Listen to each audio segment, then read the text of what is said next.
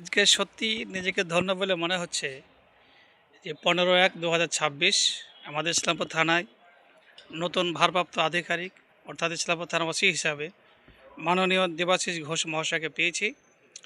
আমি মূলত ইসলামপুর মল্লিকপাড়া মসজিদে নামাজ পড়াই। তো এই রাস্তা দিয়ে যাতায়াতের ক্ষেত্রে দেখি ভদ্র মহিলা নিজেই ভ্যান চালিয়ে ফুচকা ব্যবসা করে। তো সূত্র মারফত আমি খোঁজ নিই যে বিষয়টা কী। তো উনি বললেন আমার স্বামী এরকম মারা যায়। বিষয়টা আমি খোঁজ নেওয়ার পরে দেখলাম ফ্যামিলিটা খুবই অসহায়।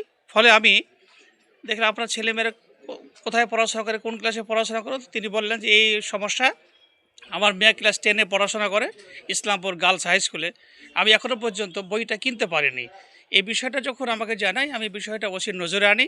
মানবিক ওসি মাননীয় দেবাশিস ঘোষ মহাশয় ইসলামপুর থানার ভারপ্রাপ্ত আধিকারিক, তিনি বিষয়টা তাৎক্ষণিক শোনার সঙ্গে সঙ্গে তিনি বলেন যে আমি অতি দ্রুত তার বইয়ের ব্যবস্থা করে দিচ্ছি, এবং সেই মতো তিনি আজকে বইটা নিজে কিনে এনে তিনি নিজে হাতে এই ভদ্র মহিলাটার হাতে তুলে দিলেন। এই জন্য আমরা নিজে গর্বিত এবং খুব খুশি, আমরা আনন্দিত।